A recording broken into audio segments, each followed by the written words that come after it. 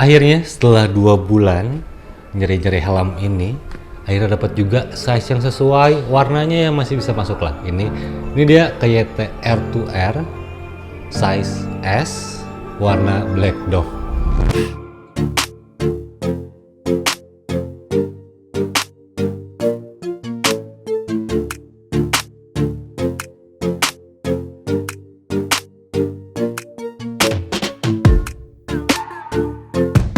Assalamualaikum, halo semuanya, selamat datang kembali di channel Chunwi bareng gue Rizandi. Ya, jadi kali ini gue bakal ngebahas helm KYT R2R atau R2R atau KYT Road to Race yang akhirnya gue dapetin setelah kurang lebih 2 bulan nyari helm ini karena di pasaran cukup susah nyarinya. Gue cukup sedikit kecewa dengan ketersediaan di pasar atau di marketplace atau di market offline juga, karena cukup sulit dapetin helm ini, apalagi untuk size-nya yang kecil M atau S, apalagi S gitu kan. Dan ini tapi alhamdulillah dapatnya size S. Kita bakal ngebahas helm ini mulai dari eksteriornya, detailnya, fitmentnya, interiornya, dan fitur-fiturnya. Gua bakal coba ngebahas detail soal helm R2R ini. Dan untuk informasi aja, gue ini seorang entusias, bukan seller, bukan juga penjual atau bekerja sama dengan KYT. Di sini gue emang sebagai entusias aja ngebahas KYT R2R saat ini gitu. Dan kalaupun gue ngejualnya barang-barang yang habis di review atau yang barang-barang yang gue emang nggak mau pakai lagi atau gue emang butuh dijual aja gitu. Nggak semuanya dijual, cuman ya intinya gue bukan seller di sini. Oke, kita langsung ngebahas aja si helmnya KYT R2R. Gue buka dulu beberapa pelindungnya di sini.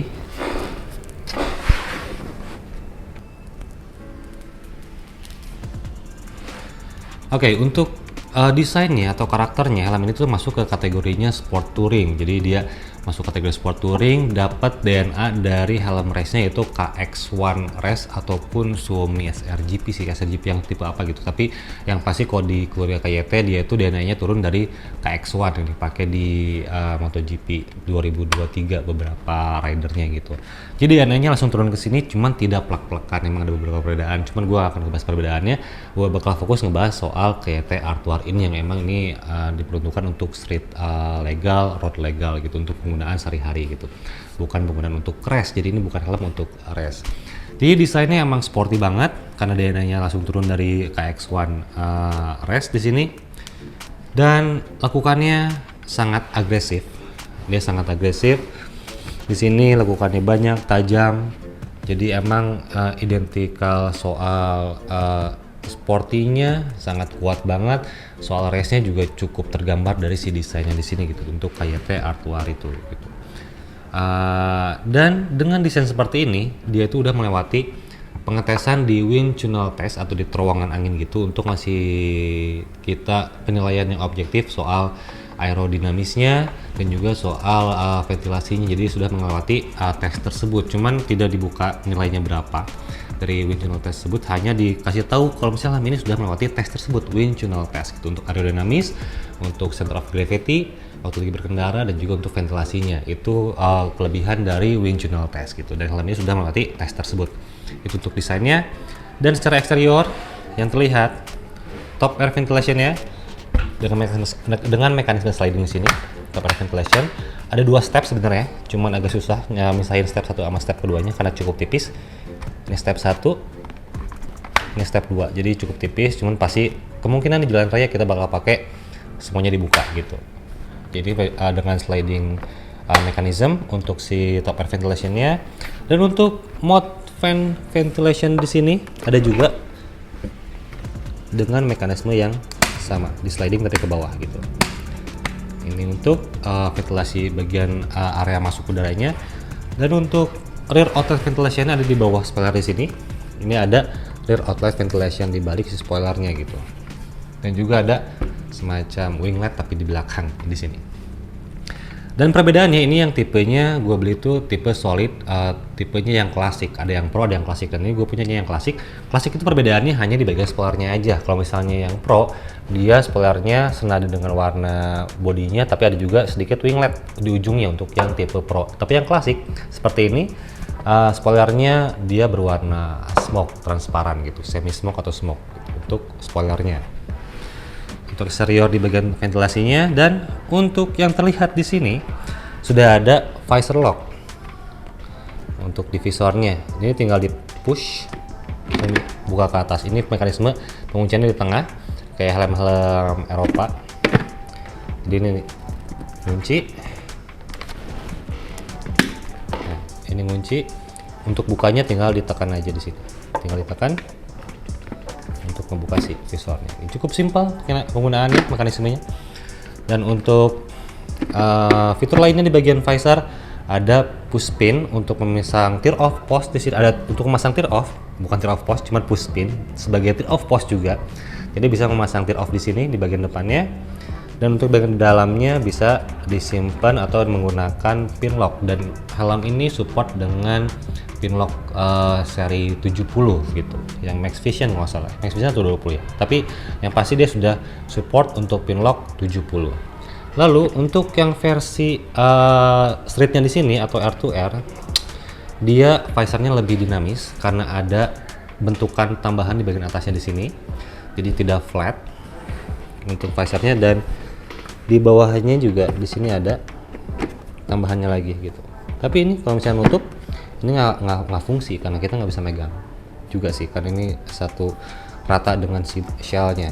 Tapi kalau mengangkat visor dipakainya yang bagian depannya aja, pegangannya di depan gitu untuk si visornya di sini. Bahannya oke, kelihatan oke banget untuk quality si visornya. Cuman dengan desain seperti ini sebenarnya gue lebih suka yang flat aja gitu, kayak yang KX1 Race atau kayak yang Xiaomi. Gue lebih suka yang atasnya tuh flat aja gitu dibandingkan dengan yang ada aksen seperti ini kalau gue pribadi secara subjektif untuk desainnya. Oke, itu untuk visornya. Dan untuk infonya, untuk face shield holdernya atau rekatnya dia menggunakan teknologi RTS disebutnya, atau Roto Translation System untuk si face shield holdernya di sini. Jadi ada gimmicknya atau ada teknologinya untuk si face shield holdernya. Terus juga di sini ada tulisan RTS, dan untuk finishingnya dia carbon lux, tapi bukan karbonnya, tetap bahan APS, cuman dia carbon lux untuk si face shield holdernya gitu.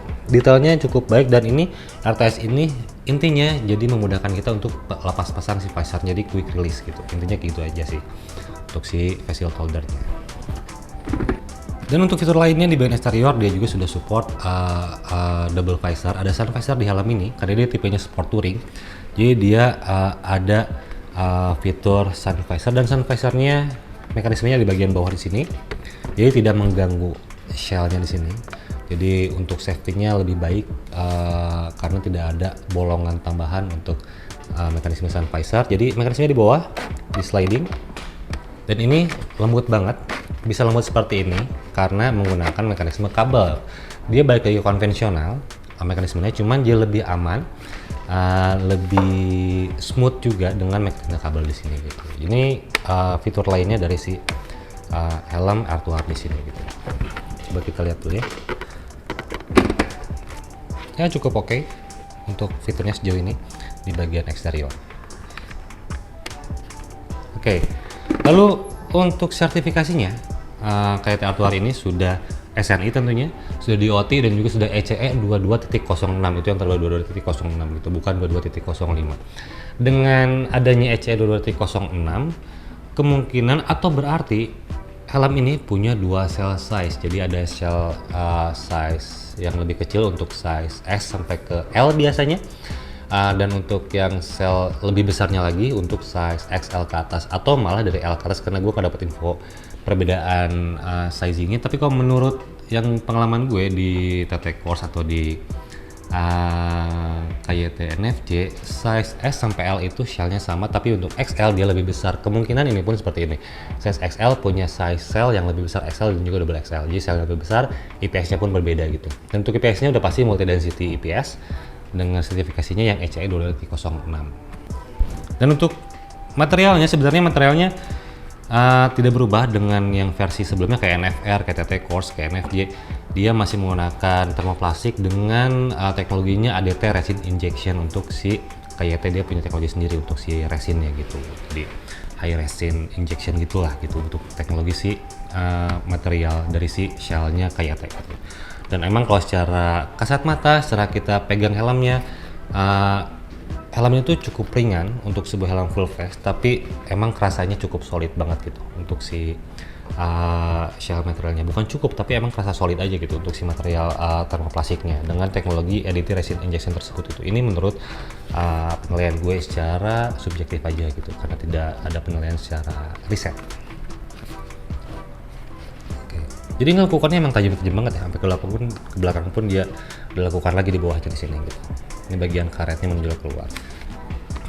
Oke, dan untuk visornya pun sebenarnya ini dikasih nama juga, namanya ELS gitu. ELS ini singkatnya dari Easy Lock System, ya tetap ada gimmicknya, tetap ada namanya. Dia namanya Easy Lock System atau ELS gitu. Sekarang kita lanjut fiturnya ke bagian interior. Untuk interior yang pertama ada fitur lainnya juga. Di sini ada emergency quick release system di bagian cheek padnya. Jadi kalau misalnya kalian crash, ada fitur di sini, tinggal narik si cheek padnya dulu gitu. Jadi kalau misalnya ada yang crash, jangan langsung tarik helmnya, tapi buka dulu cheek padnya dengan menggunakan fitur di sini, emergency quick release system EQRS untuk fitur pertama. Dan untuk sistem pengunciannya dia menggunakan double daring. Oke, ini masih cocok dengan helmnya yang emang terlihat sport touring gitu, apa karakter sport touring menggunakan double daring. Menurut gue ini sudah sangat betul menggunakan sistem penguncian double daring di sini.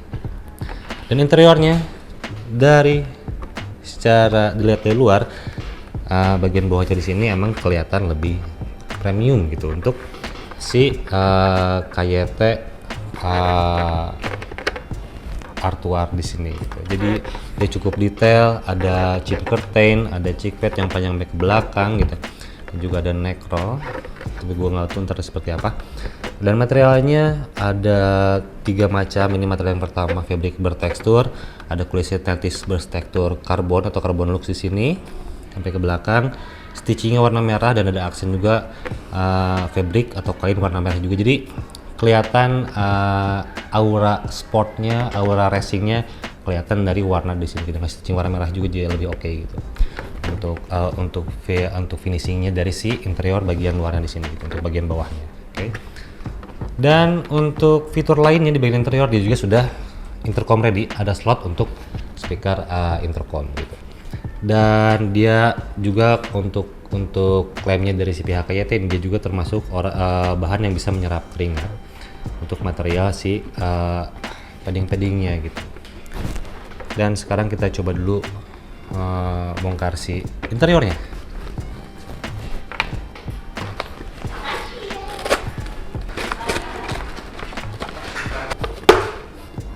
Oke, jadi paddingnya udah kelepas semua, dan ini ada cheek pad bisa dilepas, ada chin curtain juga bisa dilepas, ada crown pad yang menyatu dengan neck roll juga bisa dilepas.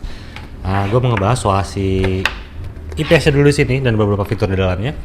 Ini ada padding di bagian chin strap-nya, ada padding chin strap, cuman nggak bisa dilepas, kayaknya dijahit untuk paddingnya. Dan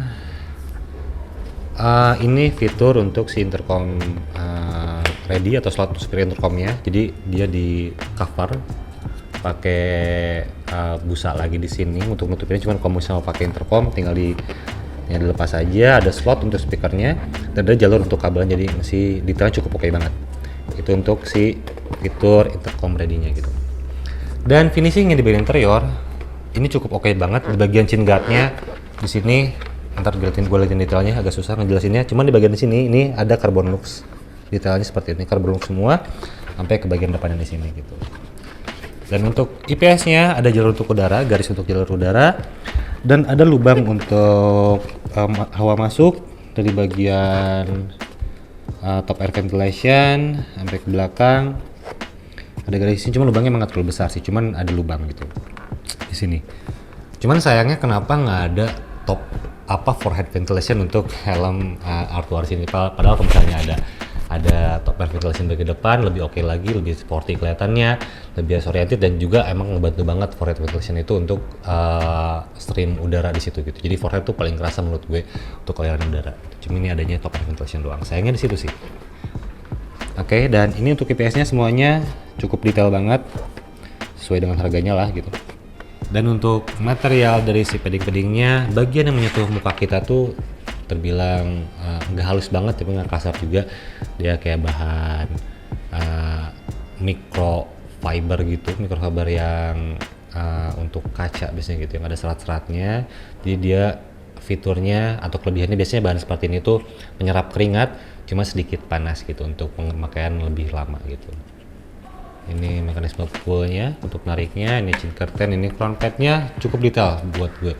Jadi untuk di crown padnya bagian depan ditulisin, kan mekanismenya belakang menggunakan di bagian diselipin ini doang kan, di bagian belakang tuh yang nyatu bagian neck roll, dan bagian depannya tuh di hook dikaitin doang, tapi ada tulisannya di sini gitu, cukup detail. Ada tulisannya face removal system, ada gimmick lagi, face removal system untuk bagian hooknya, bagian depan si crown padnya gitu. Ini cukup oke. Di bagian nose guardnya juga ada emboss KYT, lalu di bagian atasnya di sini bagian shellnya juga terbuatin detailnya, ada tulisan juga untuk hook untuk mekanisme si crown padnya gitu. Jadi detailnya oke banget gitu, gimmicknya juga oke untuk beberapa teknologi di helm ini gitu. Oke, itu untuk intronya. Sekarang kita bakal coba si helmnya, buat cari tahu gimana fitment dari si helm R2R di sini. Oke, sekarang kita masuk ke segmen fitment. Gue bakal coba si helmnya, dan ini helmnya sesuai ukurannya, dia size S untuk helmnya, dan lingkar kepala gue tuh 55 sampai 56 cm. Jadi berdasarkan skala ukuran acuan ukuran internasional itu seharusnya cocok dengan kepala gue untuk ukuran tersebut, size S 55 sampai 56 cm. Oke. Bentar. Ini helmnya gede. Kayak dulu.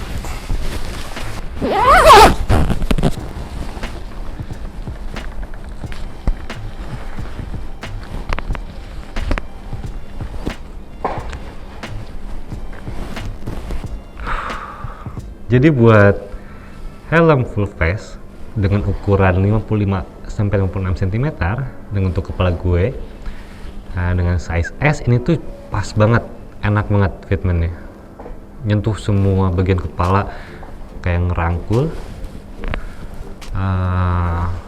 dan emang ini kayaknya lebih cocok dengan karakter motor yang versi sport dengan posisi agak nunduk. Ini kayaknya cocok, kita nggak ada ngeganjel di bagian belakang, cuman semua kepala ke cover gitu, gua ngerasa gitu, kesentuh dan tidak berlebihan. Jadi untuk shape-nya kemungkinan dia tuh rounded atau medium oval, cuma dia lebih ke rounded sih menurut gue gitu. Jadi untuk kepala orang Indonesia akan cocok untuk fitment si IPS-nya, si shell-nya gitu. Enak sih untuk sebuah helm sport touring, dan dia kan sebenarnya untuk dibuat untuk medium atau long journey, butuh waktu dengan atau durasi berkendara yang cukup lama, lebih dari 1 jam. Ini harusnya bisa provide kenyamanan dalam jangka waktu tertentu kan, lebih dari 1 jam lagi. Jadi seharusnya dia harus bisa nyaman untuk berkendara jarak jauh, medium atau long journey. Dan dengan fitment seperti ini menurut gue ini akan ada masalah sih, karena tidak ada pressure berlebihan di bagian tertentu. Buat kepala yang rounded ataupun yang medium oval, menurut gue nggak berat, helmnya kerasa ringan, seat padnya ngunci, crown padnya ngunci. Jadi secara fitment ini masih oke banget sih menurut gue untuk fitmentnya si R2R di sini. Kita coba juga fitur wearable glasses-nya, karena ini helmnya katanya support wearable glasses, tapi frame yang gue punya ini termasuk yang tipis, dan untuk frame gue yang termasuk kategori small juga, untuk frame kacamatanya dia nggak ada masalah, masih bisa di adjust, ganjal. Untuk sun visor-nya kalau diturunin juga nggak masalah walaupun pengen berkacamata gitu. Oke. Dan untuk sun visor sendiri dia nge-cover hampir full semua bagian mata, jadi nggak ada masalah, nggak ada cahaya yang bocor. Posisinya enak banget untuk sun visor-nya, nggak ada cahaya yang masuk terang gitu. Jadi bisa untuk sebuah fungsi sun visor ini cukup optimal.